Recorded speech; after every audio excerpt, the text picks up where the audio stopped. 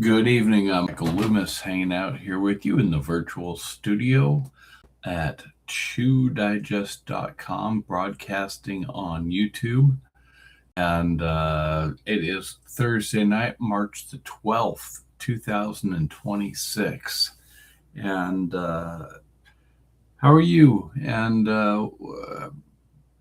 how is iodine in your life? What's it look like?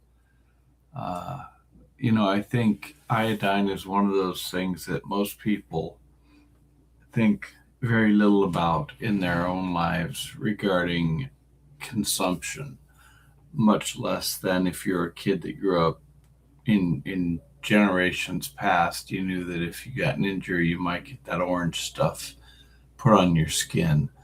I don't know that any kids these days would be very well aware of what iodine is, what it's used for, or even if they get any in their diet. If you are from a country or a culture that consumes kelp and a lot of it in your diet, well, you're actually probably getting a lot of iodine in your diet, and you may not even know it. But I think here in the Western world, for the most part, the only iodine that most people are getting is through the table salt that they get, which is just an incredibly small amount. Uh, but for me, as I continue to do my research on aging and disease and skin and all of our soft tissues and all that good stuff, I I have known about iodine for some time, and I even tried continually upregulating it in my own diet to see how far I could go with it because there are a lot of doctors and influencers out there that would actually suggest you could take significant amounts of it to solve all manner of problems and disease. And at one point, years ago now, I had taken so much it had turned my fingernails and toenails orange, which was really wild. Um, Needless to say, I backed off after that.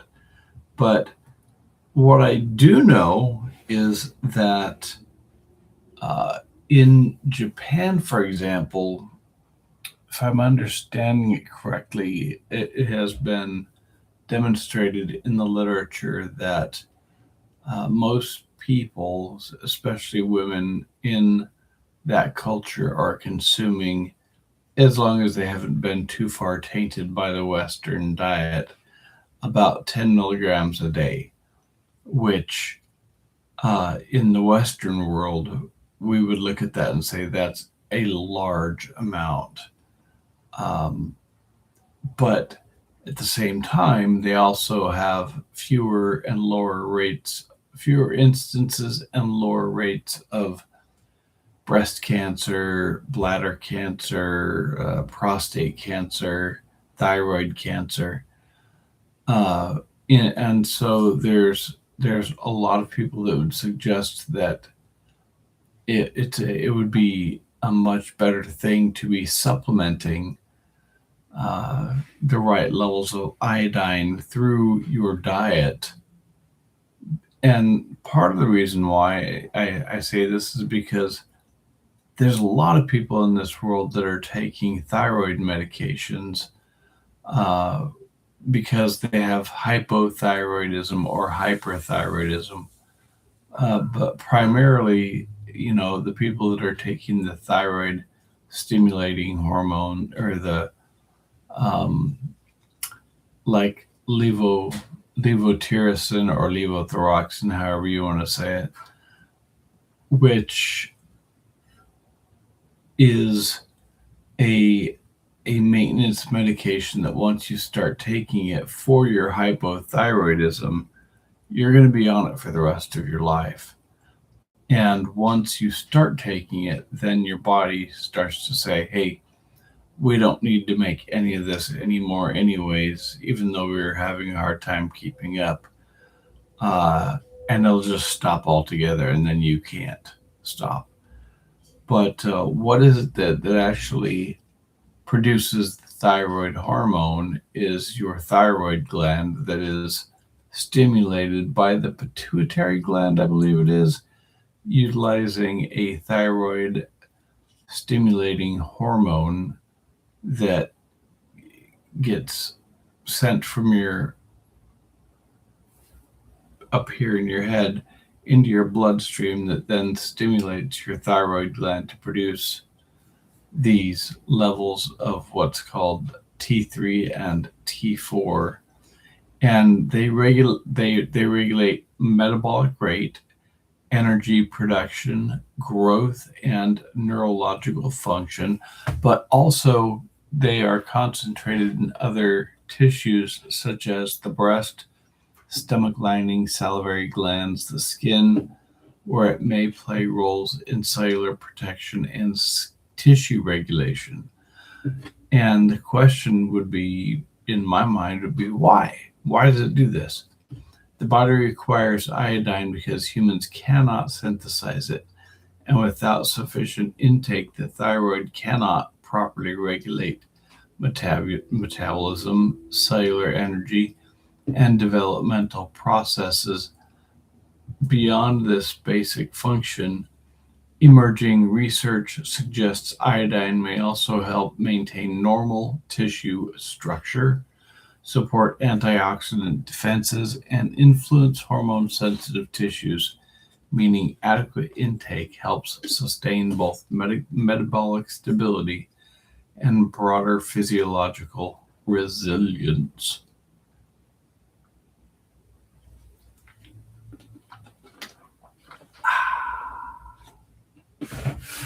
Man, that's good water. So, anyways, knowing this, what I did is I asked ChatGPT, I said, how would someone's life be affected if they lived almost 50 years with no iodine intake? How would that manifest in their lives? I ask that because these days, a lot of people have moved to like Redmond's sea salt or pink Himalayan salt or Celtic sea salt or any other of these gourmet salts that don't contain iodine. And so are we being so bougie that we're actually affecting our health in a negative way? And the answer is plausibly, and it's very likely that we are, whether we realize it or not. And it's not something that's going to show up overnight. It's going to show up over decades. And for myself, on my mother's side of the family, we have all had iodine deficiencies, or I'm sorry, I take that back, hypothyroidism, which would be linked to low iodine intake or consumption. And it says and I use the example of someone that made it to 50 years of age without any iodine supplementation or exposure through the consumption of seaweed. And it said, if a person truly consumed almost no iodine for decades, the effect would largely appear through chronic disruption of thyroid hormone production, because iodine is the essential raw material used to make the hormones T4, thyroxine, or tyrosine, depending on how you say it, and T3, triiodothyronine. That's a tough one. These hormones regulate metabolic rate, energy production, body temperature, brain function, and many aspects of tissue repair. Over many years, the body would likely compensate by enlarging the thyroid gland in an attempt to trap more iodine from circulation. producing a goiter. Ever seen somebody with a big lump under their neck? That's called a goiter. Metabolism would gradually slow, and the person might experience persistent fatigue, cold intolerance, weight gain despite normal eating, dry skin, hair thinning, constipation, slowed thinking, and depression. Because thyroid hormones influence the nervous system and muscle function, reflexes can become sluggish and physical stamina declines. Cholesterol levels often rise, increasing cardiovascular risk, and connective tissues may become puffy due to fluid accumulation or what's called myxedema. Over a 40-year, 50-year span, the manifestations would probably become woven into the person's identity rather than appearing as a sudden onset illness. They might simply see themselves as someone who runs cold. Ooh, I know a few of those. Has low energy, struggles with mental clarity, or gains weight easily. Cognitive speed and mood could be subtly affected, sometimes appearing as mild depression or reduced motivation. In women, menstrual cycles can become irregular or heavy, fertility can be impaired, and pregnancy outcomes may be affected. If the deficiency began during childhood or adolescence, the consequences could be more severe, including impaired growth and reduced intellectual development. Outside the thyroid, iodine deficiency may also influence other tissues that concentrate iodine, such as the breast, stomach lining, and salivary glands. Some researchers propose that chronic low iodine intake could contribute to fibrocystic breast changes or altered oxidative balance in tissues, although the strongest and most widely accepted effects remain those involving thyroid hormone deficiency. Over decades, the cumulative picture would likely be a person with chronically slowed metabolism, reduced vitality, and structural changes in the thyroid gland, often without realizing that a missing micronutrient played a central role in shaping those lifelong systems. So there you go. That's a whole lot of words. And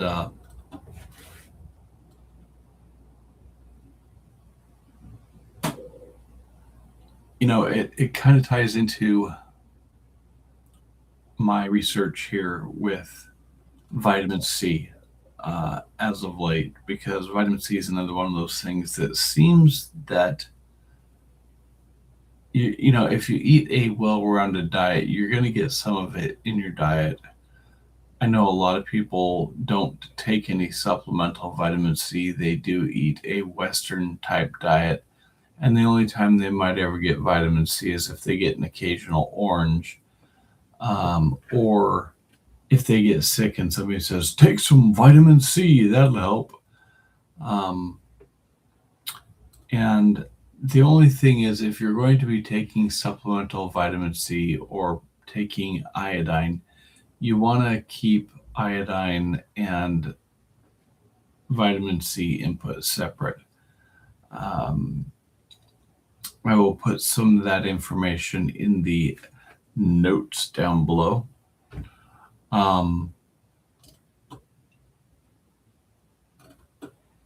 I know that for me, I have been diagnosed with hypothyroidism in the past 2 different times and got on thyroid medication for it. And it did make me feel better, but I really don't.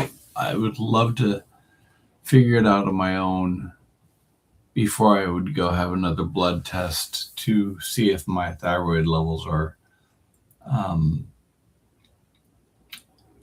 in any kind of problem range. And so another thing to consider too is what other, hold on just a sec, let me see here. Uh, let me read this to you. I was listening to a podcast and I had ChatGPT provide me with a summary of an interview that I was listening to. And it said what the information in this paper suggests is that iodine may play a broader role in human health than the narrow one most people associate with it today. In modern nutrition guidelines, iodine intake recommendations typically around 150 to 300 micrograms per day. Micrograms, not milligrams, micrograms. 1,000th of a milligram were designed primarily to prevent obvious thyroid disease, and hypothyroidism. But does that mean that we're able to fully appreciate the full benefits of iodine if we're just getting the amounts that keep us from having full-blown disease? There are a lot of practitioners that would say, no, we need to get more than that. The authors of the paper or the lecture I listened to argued that this standard may represent only the minimal amount necessary to prevent deficiency diseases, not the amount that might support optimal physiological function. And that's the key I'm looking for right there. Optimal physiological function. They propose that iodine may also have important roles outside the thyroid, including in tissues such as the breast, stomach, skin, immune system, and possibly in oxidative stress regulation. In other words, the current recommended intake might be sufficient to avoid severe disease, but insufficient to support the highest level of health and tissue function. From this perspective, populations that consume much larger amounts of iodine, such as the Japanese, whose seaweed-rich diets may provide several milligrams per day, are used as a comparison point. The authors note that these populations appear to experience lower rates of certain conditions, including fibrocystic breast disease and some reproductive cancers. They suggest that iodine might influence these outcomes through mechanisms unrelated to thyroid hormone production, such as antioxidant activity, effects of cellular differentiation, and the modulation of estrogen-sensitive tissues. Because iodine can accumulate in tissues beyond the thyroid, particularly mammary glands, the authors speculate that higher iodine intake might support normal tissue structure and protects against certain pathological changes. And so this paper also discusses clinical observations from studies in which iodine was given in milligram level doses rather than microgram levels. In several of the cited studies, intakes between roughly 3 and 12 milligrams per day were associated with improvements in symptoms such as breast pain and fibrocystic breast changes, while maintaining normal thyroid function in most subjects. Suggesting that a higher amount of iodine intake is going to maintain more than just thyroid hormone levels, but also optimal tissue health. They also point out that adverse effects such as iodism appear to be relatively uncommon at these levels, though they acknowledge that careful monitoring is important, particularly in individuals with underlying thyroid diseases. So, let me scroll down here for a sec. Basically at this time, what I'm looking at is I'm reading a book on iodine, and it's called the iodine crisis. What you don't know about iodine can wreck your life. And it's if it's one of these things that doesn't hurt us, and that there are other um, cultures that are taking in upwards of 10 to 12 milligrams per day, that it is likely safe for us to do the same, and that there are some uh, benefits to it. One of the questions that I asked further to ChatGPT about this, I said, are there any specific electrolytes that would need upregulation if upwards of 10 milligrams of iodine were needed supplementally per day? And it says if iodine intake increases into the milligram range, for example, 10 to 12 milligrams per day, the physiology that handles iodine involves several electrolyte-dependent transport systems. The most important point is that iodine does not move through the body by itself. It moves through ion transporters that rely on other electrolytes, particularly sodium. The thyroid and several other tissues absorb iodide using what is called the sodium iodide symporter. This transporter pulls iodine into cells together with sodium ions using the sodium gradient maintained by the sodium-potassium pump. Because of this, adequate sodium intake becomes the most directly relevant electrolyte. If sodium levels are chronically low, the gradient that drives iodide uptake becomes weaker, which could theoretically reduce iodine transport into tissues such as the thyroid, breast, stomach lining, and salivary glands. The second electrolyte indirectly involved is potassium. The sodium-potassium pump maintains the gradient that allows the sodium iodide symporter to function.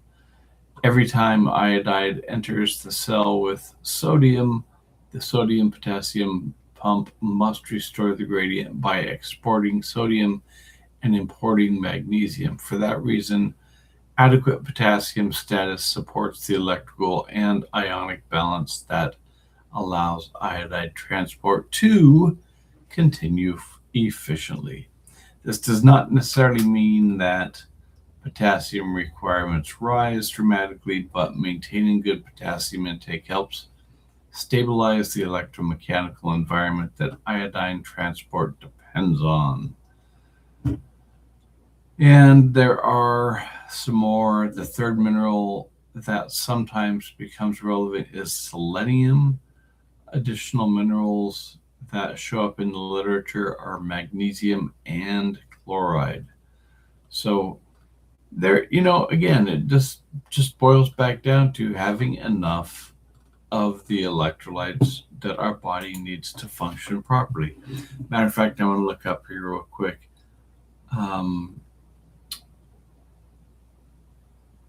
Relationship between, let's say, vitamin C and iodine/iodide.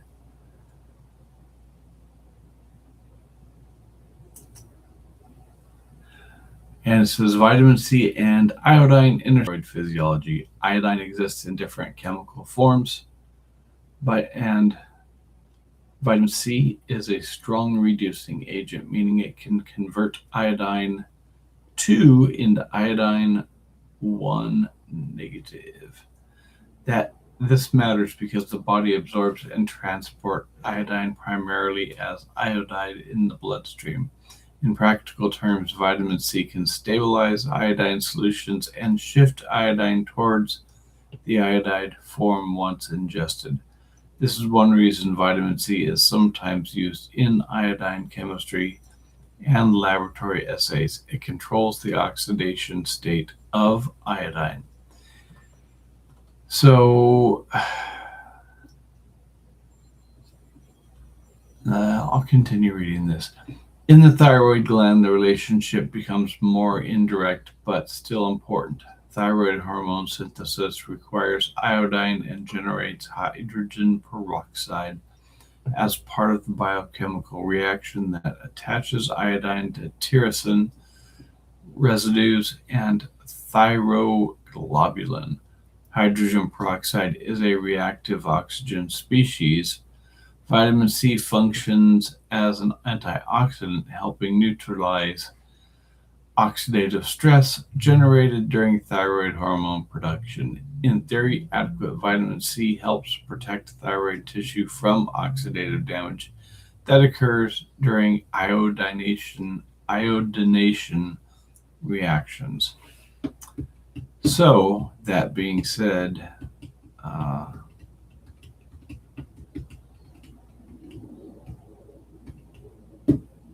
make sure you're getting good vitamin C intake along with your iodine intake. And from what I remember from some other things that I've read is you don't want to necessarily take them together, take them separately throughout the day. So like if you're going to have orange juice first thing in the morning, wait a couple hours, then have your iodine. Uh, and then same thing if you're going to have iodine, wait a couple hours before you have your vitamin C. And so iodine itself supplies the raw materials for thyroid hormone, while vitamin C helps maintain the chemical environment that allows those iodine reactions to occur safely and efficiently. In simple terms, iodine enables thyroid signaling and metabolic regulation, while vitamin C helps control the oxidative chemistry required to use iodine without damaging tissue performing the reaction. So there we go. Um, there's a lot of information out there about iodine. It's another one of those things that I know my doctors never spoke to me about iodine, even those that found that I had hypothyroidism. None of them mentioned iodine intake. And I had to do research on my own to figure that out. Never did I ever once have a doctor, inquire with me about my consumption of vitamin C. And so I know a lot of people want to look at these things and say, well, why didn't somebody tell me about this? Why don't they talk about this? Well, they have no responsibility, whoever they are. Um, the reality in reality, we are the ones that are responsible for our outcome ultimately.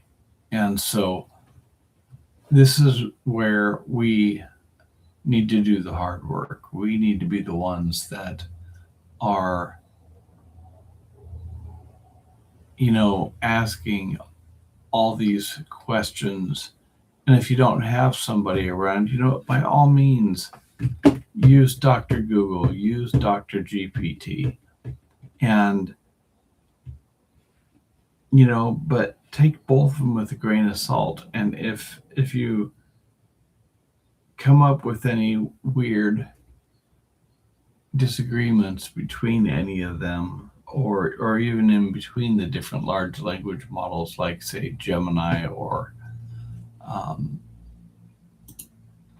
Microsoft Copilot or Grok, you know by all means, talk to your doctor, get a hold of them, get an appointment, you go in, email them. I think doctors these days are more than willing to sit down to an email and answer a question. And the funny part is, I bet you a lot of them out there are doing the same thing we are, and that they're going on ChatGPT and asking this question and running it through their databases and probably coming up with the same answers that we are. Because in reality, what you need to remember is that when it comes to doctors, There's a reason why they're called practitioners. It's because they are practicing. They're not perfected, they're practicing, which means there are some things that they know the answer to. There are some things they're very good at, but a lot of their life and a lot of what they do is a practice. And practice eventually can make perfect, but I think where we're at in time, we're still a long ways away from a world where we have health outcomes like we would on Star Trek, where they have machines and equipment and technology that can fix everything, almost everything. And I do look forward to that day. Will it happen in my lifetime? I don't know. We'll see. Anyhow, enough about iodine and vitamin C for the day. I will be back here with you tomorrow night, and we will continue on this journey. I now have done, including this one, this will be 22 videos in 22 days that I've posted on YouTube, which was my goal. My goal was to get to 21 videos, and here I am on 22, which means, I guess, in some sense, I've made it a habit. And so for now, I have probably close to 11 hours of me talking. So if and when my kids, grandkids, and so on and so forth want to make an AI version of me, they will have plenty of source material to create a version of me with right here on YouTube and chewdigest.com. We'll see you tomorrow. I'm Michael Luminous checking out for this Thursday night. Looking forward to my Friday, which means I get to wake up on Saturday morning to peace and quiet. Have a good night. We'll see you tomorrow. Bye-bye.